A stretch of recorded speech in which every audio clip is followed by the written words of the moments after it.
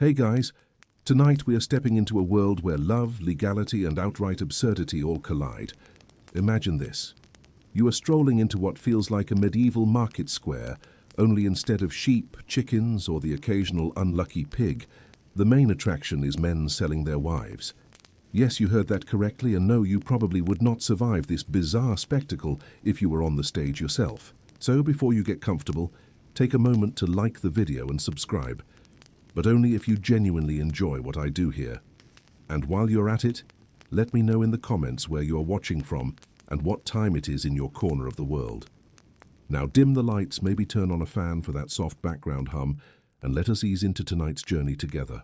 You walk over the uneven cobblestones, damp with rain and slick under your boots, the kind of street that makes you wish you had chosen sturdier shoes for this nighttime stroll. The lamps are Victorian, iron-wrought and slightly crooked, but their light flickers in a way that feels medieval, as though fire has never quite surrendered its dominance over the night. A smell of damp hay mixes with roasting chestnuts, pipe smoke, and the faint metallic tang of a blacksmith working late in some shadowy alley. At first glance, the place feels festive. Wooden stalls lined with rough cloth canopies sagging under the weight of bread loaves, pickled onions, salted fish and tankards of ale. Yet there is something off here, something that hums beneath the chatter, like a cruel joke no one wants to admit is funny. People nudge each other and laugh too loudly, and it is only when you push further into the crowd that you realize they are not laughing at the drunken vendor selling meat pies, but at a man who has tied a rope to his wife's arm and is pulling her through the crowd as though she were livestock. You freeze, wondering if this is a twisted play or some strange moral performance. But no, it is real as the mud underfoot. The man looks ordinary enough, a broad hat pulled low against the drizzle, his boots muddy from the walk, his expression strangely determined. The woman he pulls along looks neither humiliated nor rebellious, just tired, as if this were not the first time she has endured a public display. She wears a shawl pulled close, her eyes darting from the jeering men to the women who whisper behind gloved hands. You are caught between disbelief and fascination, because in this moment, you are watching what Victorians actually did when the expensive route of divorce was out of reach. They sold their wives publicly, often in markets like this. Historians note that the practice was never legal in any formal sense, yet it happened, and newspapers of the 19th century reported case after case of men who believed or wanted to believe that transferring a wife in a sale erased their marriage. The crowd treats it like entertainment, like some grim cousin of a fairground puppet show. A butcher nearby, his apron streaked with blood, calls out mock bids. An alehouse door bursts open with laughter, spilling drunken men into the night, and one of them waves a tankard as though volunteering to be the next buyer. The sound is overwhelming, the mix of hooves clattering on cobblestones, women bargaining for cloth, the hiss of roasting chestnuts, and beneath it all the murmur of scandal. You cannot help but notice the medieval flavor of it. The rope around the woman's arm could be mistaken for a leash. From centuries earlier, the crowd resembles those that once gathered for public punishments or bear baiting. And yet this is the Victorian era, with steam trains already running, telegraphs buzzing across cities, and factories belching smoke. The clash is jarring. Modernity in the shadows, medieval cruelty in the spotlight. As you shift through the crowd, the absurdity deepens. You overhear a man mutter that his own wife would not fetch a farthing, while another jokes that perhaps this woman should come with a receipt. You notice the small details, the slick cobblestones, the uneven torchlight, the smell of wet wool cloaks, that ground this scene in your senses. Historians still debate whether the women involved had any real choice in these transactions. Some suggest that for wives trapped in unhappy marriages, the sale could be a strange path to freedom, particularly if the buyer was a man they actually preferred. Others argue it was simply humiliation, the final insult of a society that offered them so few rights. The truth likely lies somewhere in between, in those muddy streets where desperation wore the mask of ritual. You pause by a stall selling hot spiced cider, the steam curling upward in ghostly tendrils. The vendor shrugs when you ask about the wife sale, as though it is nothing remarkable, just another Saturday diversion like horse racing or cockfights. That shrug unsettles you more than the spectacle itself, because it suggests normalization, a shared understanding that this is just how things are done. And yet, not everyone in the crowd is laughing. You notice a stern man in a frock coat muttering disapproval, a pamphlet tucked into his pocket, perhaps one of the reformers who railed against the practice in print. You wonder if his voice will carry further than the drunken cheers, or if, like so many voices in history, it will be drowned out by the clatter of mugs and coins. A sudden shift ripples through the crowd. The bidding begins. A man raises his hand. Another shouts an amount that seems absurdly low, barely more than the price of a good coat. The husband calls out to the crowd, his voice rising above the din, insisting on fairness, as though haggling for a pig. You find yourself leaning in, caught between the grotesque humor and the unnerving reality that this is not a play, not satire, but an event that newspapers would dutifully report the next morning. Your thoughts wander. How did a society that produced Shakespeare, industrial innovation and polite tea services still find itself indulging in something that felt more at home in a muddy medieval fairground than a Victorian city square? As the bidding reaches its climax, you feel the tension of the moment press against your ribs.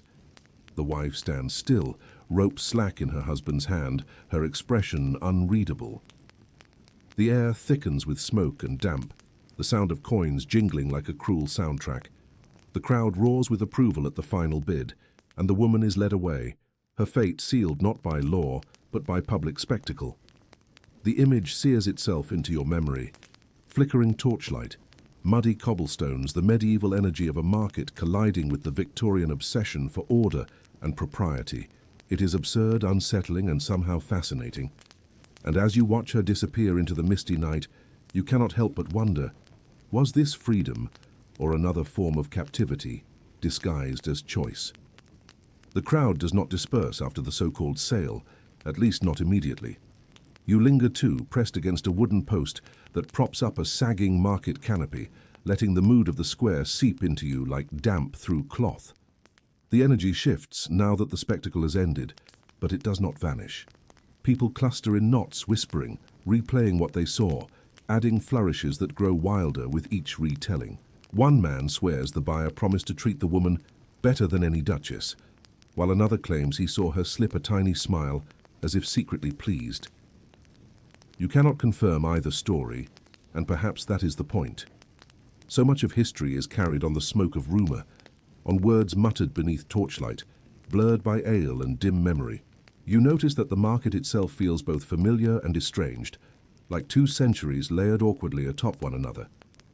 The stalls are Victorian in their goods, shiny tin kettles, printed pamphlets, brightly dyed fabrics, but medieval in their atmosphere, with mud trampled underfoot, horses tethered to posts, and the endless reek of animal fat mingling with candle wax. It is a strange hybrid, the kind of place where you expect someone to sell both a bundle of newspapers and a live goose at the same stall.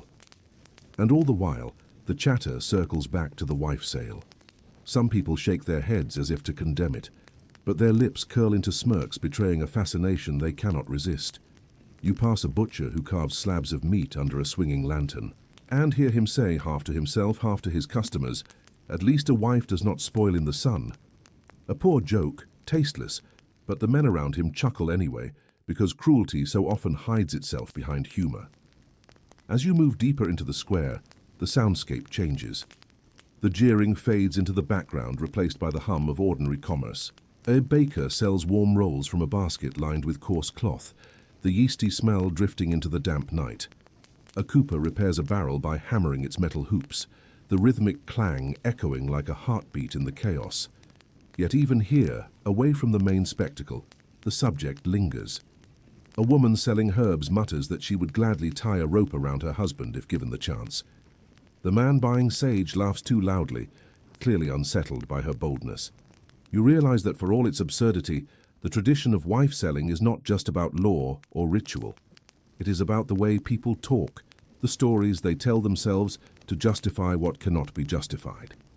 Some men tell themselves it is a form of legal divorce. Some women tell themselves it is a way out. And others, like the crowd, tell themselves it is entertainment, a Saturday diversion no stranger than watching a bear chained in a pit. History records the headlines, But not these muttered half-jokes in a smoky market, these nervous laughs that reveal more than they intend. The imagery around you could be lifted from a medieval painting. Torches sputter, smoke drifts, and the stalls look cobbled together from whatever wood was available, patched and repatched until they sag like tired faces. A cartwheel is propped against a wall, its spokes broken, reminding you of the endless cycle of repair that defined life before the age of mass production. And yet here in the same space, a man hawks printed sheets with bold block lettering announcing railway timetables.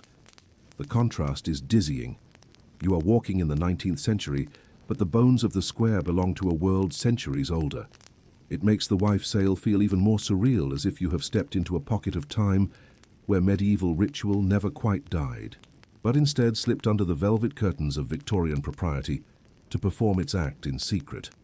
Historians note that the custom of wife selling often took place in small rural markets rather than big cities, where reformers kept sharper eyes.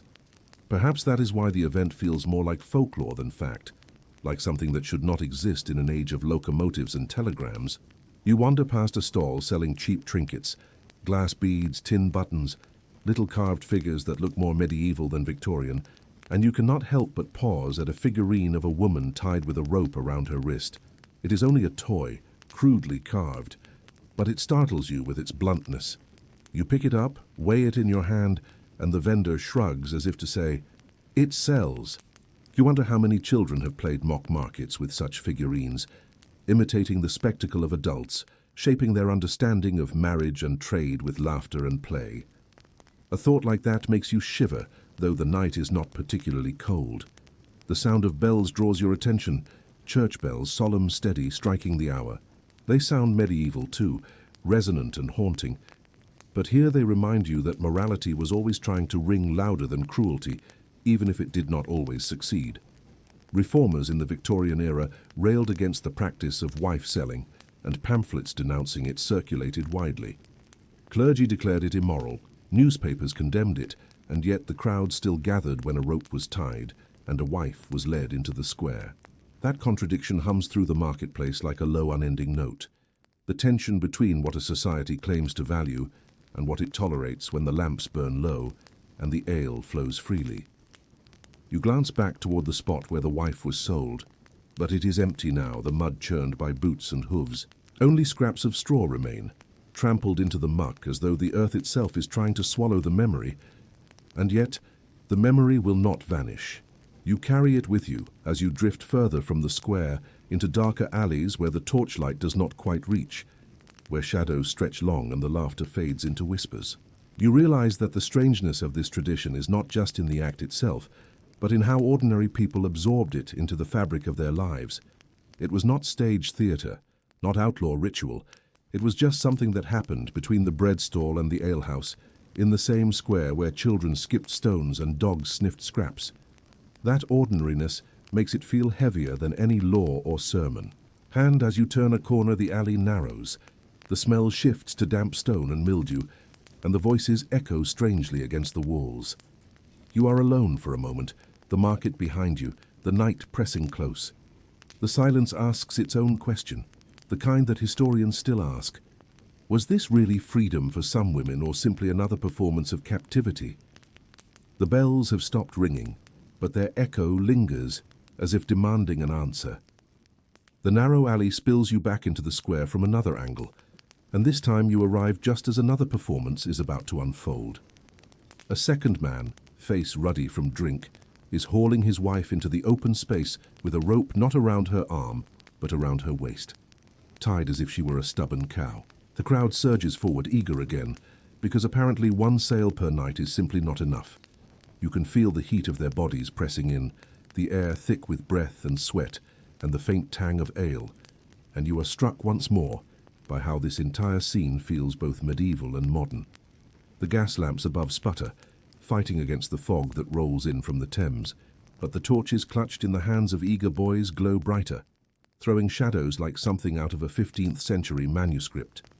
A woman behind you whispers to her companion that this wife has been brought from another parish, and that makes the crowd lean forward with extra curiosity, as if novelty adds value. The man clears his throat with theatrical gravity, pretending that this is a legitimate auction house rather than a muddy square. He calls out for bids, his voice booming with false authority, while his wife stares at the ground, her bonnet pulled low to hide her eyes. You notice her hands are clenched into fists, knuckles pale, and though she does not resist, her body radiates a tension that makes you hold your breath. The atmosphere this time is rowdier, less restrained, as though the earlier sale only whetted the crowd's appetite. A group of men from the alehouse heckle loudly, shouting bids of a halfpenny, a crust of bread, a worn boot. Their laughter rings sharp against the damp stone, and you wonder if cruelty always sharpens in groups, if people find safety in mocking together what they would never mock alone. Then a surprising bid emerges from the back, a sober voice, steady, offering a real sum, a week's wages for a working man. The crowd hushes for a moment, surprised, then surges with energy again. You feel the ripple, the strange mix of disbelief and excitement, and you realize that for some this ritual is not only theater, but opportunity. The idea that a man might buy a wife and a woman, might step into another life through this muddy charade, carries a twisted kind of hope. It is absurd, it is cruel, and yet in the crowd's eyes it is also possibility. Historians record cases like this, times when the sale was more than parody, when it functioned as a kind of underground divorce court. Divorce in Victorian England was cripplingly expensive, out of reach for most working men, and impossible for women without fortune. And so this strange performance, rope and all, became a desperate loophole. The public nature of it gave it weight. Witnesses could later claim that the community had accepted the transaction. It was never legal, never binding in the eyes of the law, and yet people treated it as if it mattered, as though the crowd's nod was stronger than Parliament's silence. You cannot help but feel the contradiction seep into your bones. The Victorians, proud of progress, railways, and science, still clinging to a ritual that looked more at home in the shadow of a medieval cathedral. The crowd laughs again, but this time the laughter feels strained. A woman near you mutters under her breath, loud enough for you to hear, "Better sold than starved," and the words cut through the noise like a blade. You turn, but she is already lost in the shifting bodies, her shawl disappearing into the torchlight. That single phrase lingers, though, reminding you that desperation shapes rituals as much as cruelty does. Perhaps some wives preferred this humiliation to the grinding misery of poverty, the slow suffocation of a loveless marriage, perhaps. Or perhaps that is just another story people told themselves to soften the blow. Historians still argue about it. Were women complicit participants in a bizarre but practical ritual, or victims of a society that offered them no real choices? The truth may be as murky as the mud underfoot. The auction continues, voices rising, coins flashing in hands. The wife does not move, but her silence is heavy, louder than any bid. You imagine the weight of that rope, not just on her waist, but on her spirit, the symbol of ownership that centuries of men have used to mark women as property. A dog barks, a child giggles, and the absurdity of it all stings your throat like smoke. Around you, vendors keep working, almost indifferent. The baker sells another loaf. The trinket vendor jingles his little figurines. The alehouse door bangs open again. Life does not pause for humiliation. It folds around it, absorbs it, normalizes it. That ordinariness unsettles you most of all.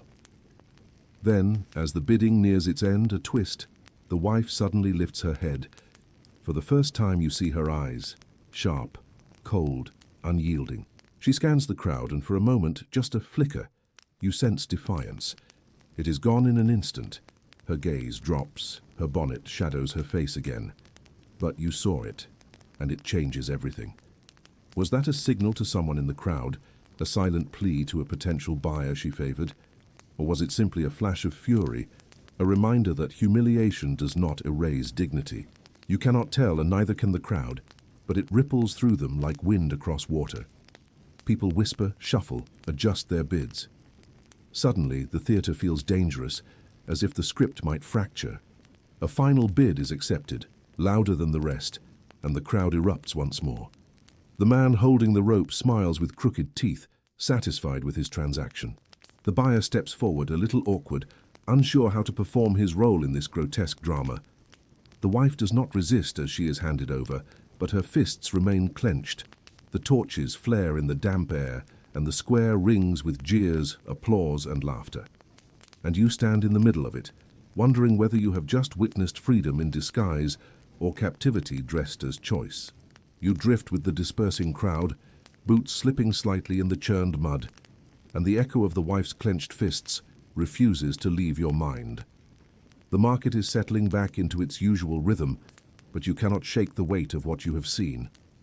A hawker calls out about roasted chestnuts. A fiddler in the corner scrapes a tune that is both lively and slightly out of tune, and yet all of it feels tinted by the absurd auctions you have just witnessed. You catch sight of a group of men huddled beneath a dripping canvas awning, debating loudly about why such sales happen in the first place. One insists it is a poor man's divorce better than nothing. Another argues it is nothing but barbarism dressed in the rags of tradition. They both speak with conviction, but their words vanish quickly into the rain as though the night itself does not care. You wonder if history itself cares, or if these debates are simply echoes lost between the cobblestones. The truth is that wife-selling emerged not from law, but from desperation. Divorce in Victorian England was almost impossible. Unless you were wealthy, respectable, and male, the legal system shut its iron gates. And so, in small towns and backwater markets, men and women turned to this crude ritual as a way of rewriting their own stories. It was not official, it was not binding, but it felt public enough to pass as real, and that strange feeling of legitimacy is what gave it power. The irony of it all is not lost on you. The Victorians liked to see themselves as civilized, a society of industry, tea, and poetry, yet here in the mud, you are watching a practice that looks borrowed from the medieval fairground. The rope around the wrist, the jeering crowds, the exchange of coins, all of it could just as easily have happened 200 years earlier. You imagine a medieval marketplace, banners flapping, pigs rooting in the dirt, men shouting over the price of onions, and it looks nearly identical to what you see now, save for the occasional gas lamp flickering through the fog. Perhaps progress is not as neat as history books like to claim. Perhaps certain rituals cling to the shadows, waiting for their moment to re-emerge. You lean against a wooden post, its surface slick with rain, and close your eyes for a moment, letting the sounds wash over you. Somewhere nearby, a preacher has mounted a crate and is railing against sin, his voice hoarse but insistent. He shouts that wife-selling is a disgrace, a stain on Christian decency, a corruption of the sacred vows of marriage. A small crowd gathers, some nodding in agreement, others rolling their eyes. One man throws a cabbage leaf at him, and the preacher flinches but continues. His words tumble into the night, half drowned by the fiddler's tune and the laughter of drunks. You cannot help but smile at the absurdity. Society always has room for both outrage and amusement, and the two often stand shoulder to shoulder without ever truly colliding.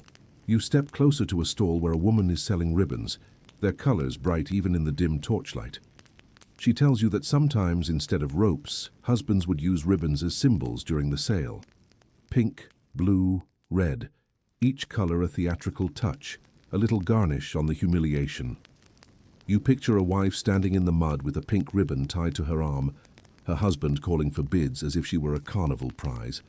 The detail makes you laugh softly, though the humor is dry, bitter. The ribbon vendor laughs too, though her eyes do not. She mutters that such sales are nothing new, that her grandmother told stories of the same thing happening decades ago, and maybe longer still. It is as if the ritual has always been here, waiting in the mud, dressed up in whatever scraps the current century provides. The scent of hot cider drifts by again, warm and sweet, mingling with the metallic tang of rain on iron. You feel your stomach twist, not from hunger, but from the unease of realizing how deeply normalized these rituals once were. Historians often frame wife-selling as fringe, as rare curiosities, yet the records tell another story. Dozens of cases appeared in newspapers, often written with a mix of shock and sly amusement. The tone was inconsistent. Some articles condemned the practice, others treated it like scandalous entertainment. The public, it seems, enjoyed the mix of outrage and titillation. You realize how little things have changed. People then, like people now, were drawn to stories that shocked them just enough to whisper about over supper. You wander toward the edge of the square, where the crowd thins and the noise softens into murmurs. A stray dog noses through scraps, a child tugs at her mother's skirt, and the drizzle slicks your hair against your forehead. The torches sputter lower, and for a moment the whole scene feels like a dream. Part medieval, part Victorian, wholly surreal. You cannot help but ask yourself, if the ritual had not faded with time, what would it look like today? Would crowds still gather in muddy markets? Or would the spectacle migrate to newspapers, to gossip columns, to the flickering glow of screens? You laugh at the thought, dryly amused, though the answer unsettles you more than it should. As you turn back toward the heart of the square, you hear another preacher's voice, this one quieter, speaking not of morality, but of law. He tells a small cluster of listeners that wife sales are no more valid than selling air, that courts will never recognize them, that they are, in essence, empty gestures. Yet the listeners nod as though he is describing a legitimate loophole, not dismantling one. His words fade into the mist, but the impression remains. People will cling to ritual, even when they know it carries no weight, because ritual feels safer than law, and public spectacle feels more permanent than private suffering. The fiddler strikes a new tune, livelier, pulling the crowd's energy back into cheer. The preacher's words vanish, the wife's clenched fists vanish, and the square resumes its ordinary rhythm. Yet for you, the night has shifted. You are beginning to see the outline of this strange tradition not just as cruelty, but as a mirror of a society wrestling with its own contradictions. You step carefully over the slick stones, breathing in smoke and rain, and know that the story is far from over. The drizzle turns to a steady rain, tapping the canvas stalls and pooling in the ruts of the cobblestones. Lantern light glimmers in the puddles, broken into shards by each ripple. You pull your cloak tighter and make your way toward the western end of the square, where the air grows heavier with smoke from roasting meat. A butcher's fire hisses as rain spits into the coals, and above it hangs a wooden sign darkened by years of soot. Beside the stall, a pair of men lean against barrels, mugs of ale in their hands, laughing as though nothing unusual has happened tonight. One of them wipes foam from his beard and says, "It's cheaper than divorce papers, and quicker too." His companion roars with laughter, slapping the barrel. Their humor feels rehearsed, like a joke passed down from father to son, repeated so many times it has become truth. You realize how ritual embeds itself in culture, not through laws but through laughter, habit, and the easy shrug of acceptance. Yet just across the lane, a different kind of voice rises. A woman, older, grey hair escaping from beneath her bonnet, argues fiercely with a younger man. "It is sin," she says, her voice hoarse but unyielding. "You may laugh, but you will answer for it." The young man sneers, tossing a coin between his fingers. He tells her that sin is for the pulpit, not the marketplace. Their words tangle in the rain, each syllable sharp, but neither convinces the other. You realize again how this ritual lives in the tension between disgust and amusement, between shame and practicality. The air grows colder. You step beneath an awning for shelter, watching the crowd. Someone nearby mutters that wife sales stretch back farther than anyone admits, that they echo the medieval folk customs of village fairs. Your imagination slips back again.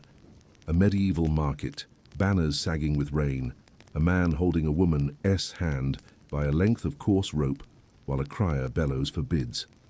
A drummer beats a hollow rhythm on a barrel, a crowd gathers, and somewhere a priest frowns, muttering disapproval no one hears.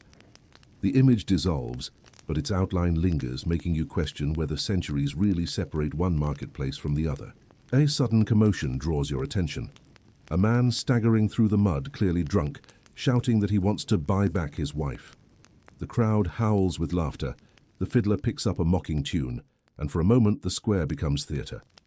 The drunkard waves a pouch of coins, spilling half into the muck, and insists he was cheated. No one takes him seriously, but everyone is entertained. A boy scurries forward, scooping up dropped pennies, while the drunk collapses against a cartwheel, muttering into his sleeve. The laughter fades quickly, but the absurdity hangs in the air like smoke. You wander toward the cider stall, craving warmth. The vendor, a stooped man with a wide-brimmed hat, pours a steaming cup into your hands. He tells you, without prompting, that he has witnessed half a dozen wife sales in his life. Most go quiet, he says, but the papers only write the noisy ones. His eyes glint in the lantern light. People like scandal. They don't want truth. You sip the cider, spiced, hot, cutting through the damp, and nod. He is right. History rarely records the quiet endings, only the ones that burn brightly enough to stir gossip. As you drink, a bell tolls from the church tower in the distance. The sound rolls over the rooftops, solemn, steady, reminding you of the other world that exists just beyond the square. Pews, sermons, hymns, a society that claims to be ordered and moral. Yet here in the marketplace another law operates. Muddy boots, jingling coins, laughter sharp as broken glass. This is a courtroom of its own, and every cheer or jeer is a verdict. The wife's fate, once sealed in whispers, is now public knowledge. She will walk away with another man, and the town will treat it as settled. You finish your cider and set the cup down. The rain softens to mist again, wrapping the square in a ghostly veil. A stray dog shakes itself near your feet, splattering droplets onto your boots. Somewhere a baby cries, a horse stamps its hooves. The fiddler pauses to retune his strings. Life continues, as it always does, as though nothing remarkable has happened. And yet you know what you've witnessed tonight is a thread in a much larger tapestry, a tradition born of desperation, stitched with humiliation, and passed down across centuries. It is both shocking and strangely ordinary, both medieval and Victorian, both past and present.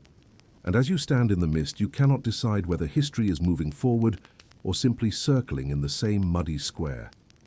The mist thickens as you leave the cider stall, curling around lanterns and muting their glow into small pale halos.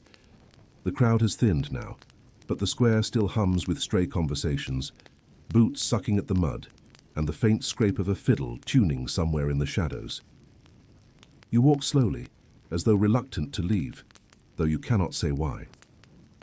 Perhaps it is the strange magnetism of the spectacle, or perhaps it is the feeling that you have stumbled into a world where the ordinary rules have bent into something darker and more absurd. Just ahead, you notice a wooden stage, half collapsed, its planks warped with damp. Children play on it, daring one another to imitate the voices of auctioneers. One boy ties a rope around his sister's wrist, declaring her for sale to anyone with an apple. She wriggles free and chases him, laughter piercing the mist. The game feels unsettling, as though innocence has absorbed cruelty without realizing it. You wonder how many generations learned to mock this ritual before they ever understood its weight. Behind you, an older man clears his throat. He is wrapped in a heavy cloak, and his face is mapped with deep lines. He tells you, unprompted, that he remembers when his uncle sold his wife at the market here. They said it was fair, he explains, his voice roughened by years of smoke and ale. They shook hands like it was a business deal. She seemed almost relieved. But no one talks about what happened after. His gaze drifts into the fog, following something you cannot see. We only tell the part with the crowd and the rope. No one wants to know how she lived once the market laughter stopped. His words trail off, leaving you with an uneasy silence. You drift farther down the lane, where a blacksmith's forge glows like an ember through the fog. Sparks snap and leap into the night, briefly illuminating the stern figure at the anvil. The clang of iron rings steady and rhythmic, like a heartbeat. He glances up at you, sweat glistening in the firelight, and mutters that people misunderstand history. They think wife-selling was comedy, a folk story, a joke in the newspapers, but it was real. He wipes his brow, hammer poised mid-air. The law looked away. The church grumbled but tolerated. The market cheered. That is the truth. Then he strikes again, and the sound drowns out everything else. You step back, unsettled by his blunt certainty. As you continue, your mind drifts again into the medieval image that refuses to leave. You picture a fairground in the year 1350, banners drooping in the rain, a man leading a woman to the center by a twisted rope. The crowd jeers, wagers shouted from every side, and the woman's expression unreadable beneath the shadows of her wimple. Was it desperation? Was it resignation? Was it survival? Historians still wonder whether such medieval precedents really existed, or whether Victorian England simply dressed desperation in borrowed antiquity. The fog in your mind makes it difficult to tell whether you are watching truth or imagination, but the unease is the same. The smell of roasted chestnuts wafts toward you, sweet and earthy, mingling with the damp scent of wet straw. You approach a vendor, his cart glowing with coals beneath a battered iron pan. He scoops a handful into a paper cone and passes it to you. As you taste the hot chestnuts, their warmth seeping into your palms, he laughs softly and says, "The strange thing is, some of them wanted it, not all, but some.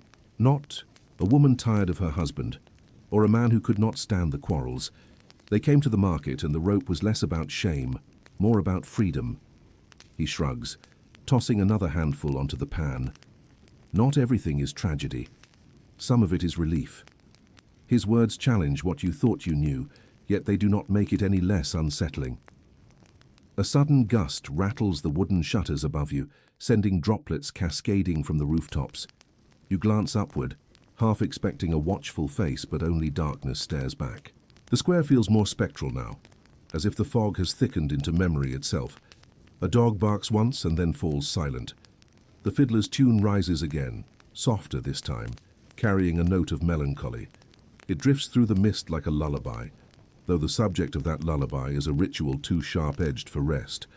And you realize something peculiar. History is never just facts on a page. It is laughter and shame, jokes whispered in alehouses, children playing games they barely understand, and silent women whose names the papers never bothered to print. The strange Victorian tradition of selling wives is not only a curiosity for textbooks, it is a reminder of how public spectacle can disguise itself as justice, how cruelty can be dressed as humor, and how quickly society can call something normal if enough people cheer. The last of the chestnuts warms your hands as you step deeper into the fog. The square begins to fade, its lanterns dulling, its voices dissolving into the mist.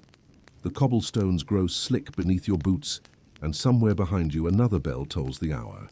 It feels as though the night itself is ushering you onward, deeper into the past, where shadows of medieval markets and Victorian streets blur together.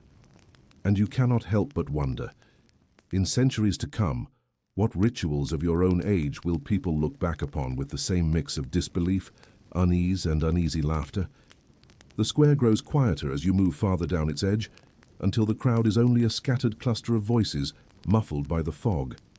You pass an alley where the dim light of a lantern swings on its iron bracket, creaking with every breeze.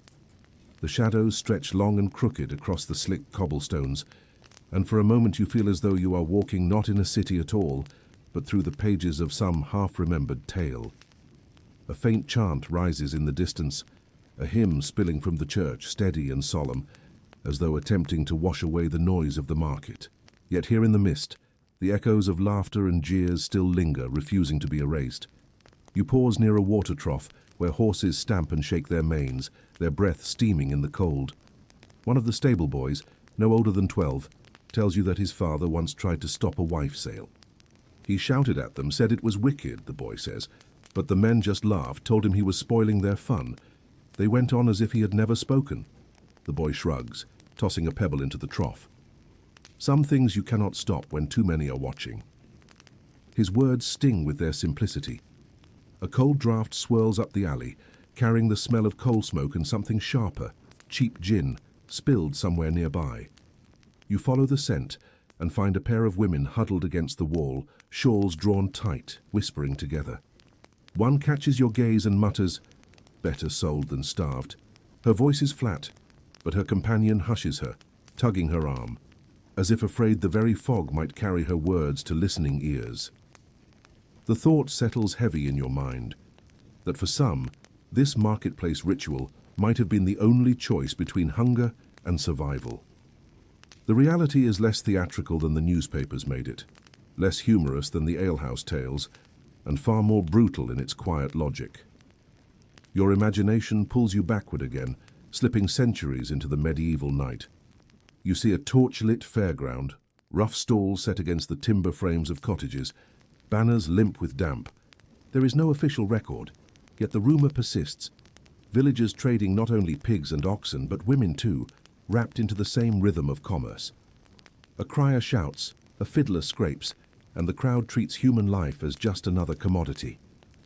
Historians argue still whether these scenes truly happened, or whether the Victorians simply believed they echoed them. But as the image lingers, the distinction feels almost irrelevant. Reality and rumor blend easily when enough people choose to laugh instead of question.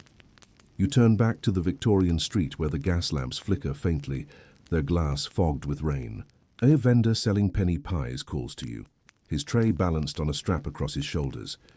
You take one, flaky crust giving way to a warm filling that tastes of onions and mystery meat. He winks and says, "This night will be remembered, you know. They always are. They make the papers, and the papers make people laugh." He lowers his voice as though sharing a secret, but they never print the look on her face, do they? Never that.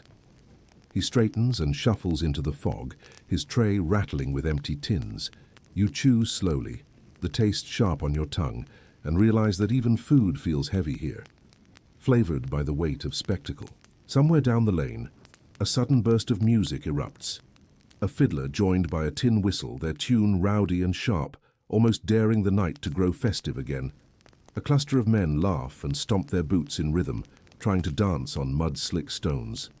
The sound is infectious, yet beneath it the story of what just happened hangs like smoke. It is as if the square itself refuses to decide whether it has witnessed tragedy or farce. The fiddler's bow screeches across the strings, and the laughter rises again, too loud, almost desperate, like men trying to drown out their own unease. A cart rattles past you, its wheels grinding through puddles, pulled by a horse with its head bowed low. The driver, a thin man with a crooked hat, leans down and mutters, "It is all theatre. Everyone knows it. That is why they watch.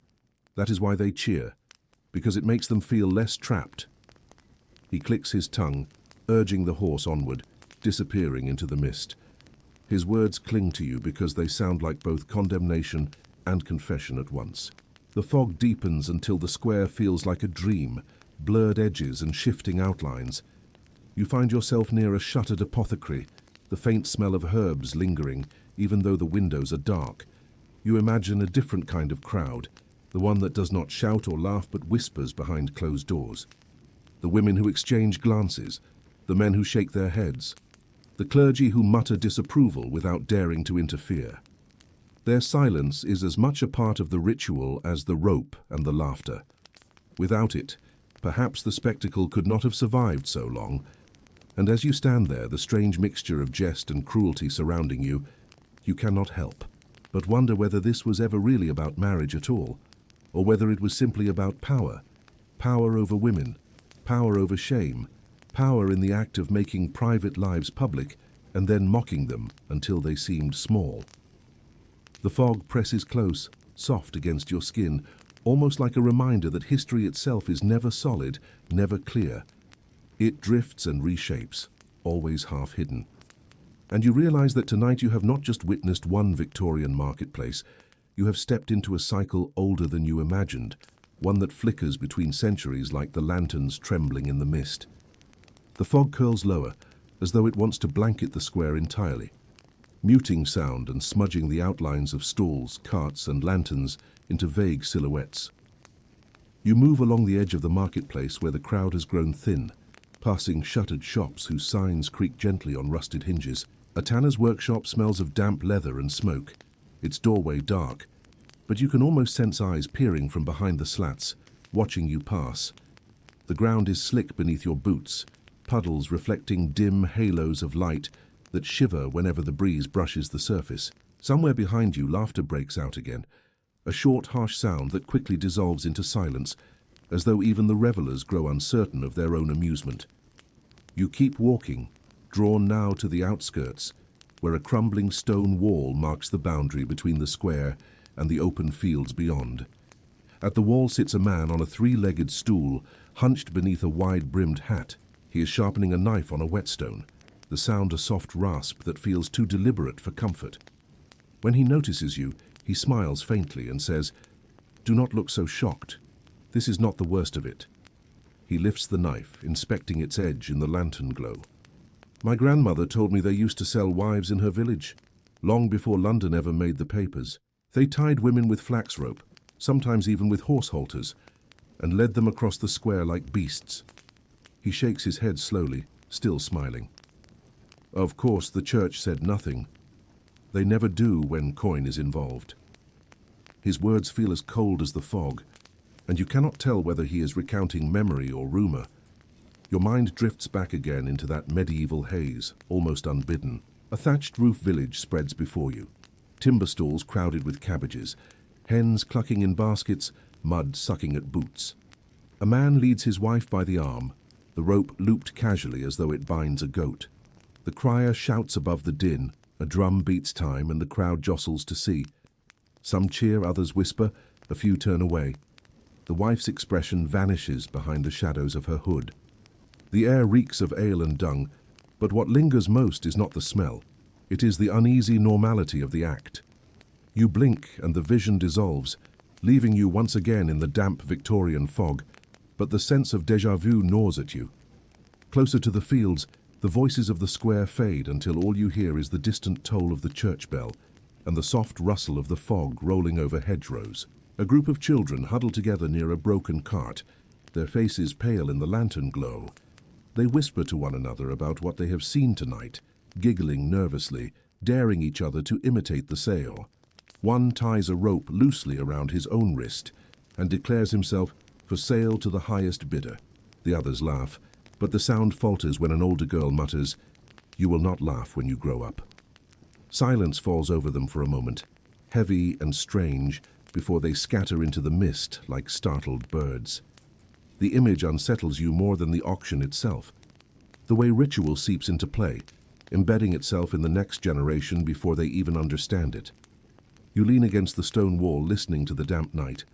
A woman passes by, clutching her shawl, muttering to herself. She spits into the mud and says, "They call it sale, but it is trade, a trade of shame for freedom." She disappears into the mist without waiting for reply, her footsteps fading quickly. Her words leave you wondering how many wives secretly longed for that rope, not as punishment, but as escape. Was it humiliation, or was it liberation? Historians still argue, and perhaps no one will ever know. What lingers is only the paradox. The same rope could bind or release, depending on whose story you hear. The wind rises, carrying with it the mingled scents of wet hay and roasting meat from the distant stalls.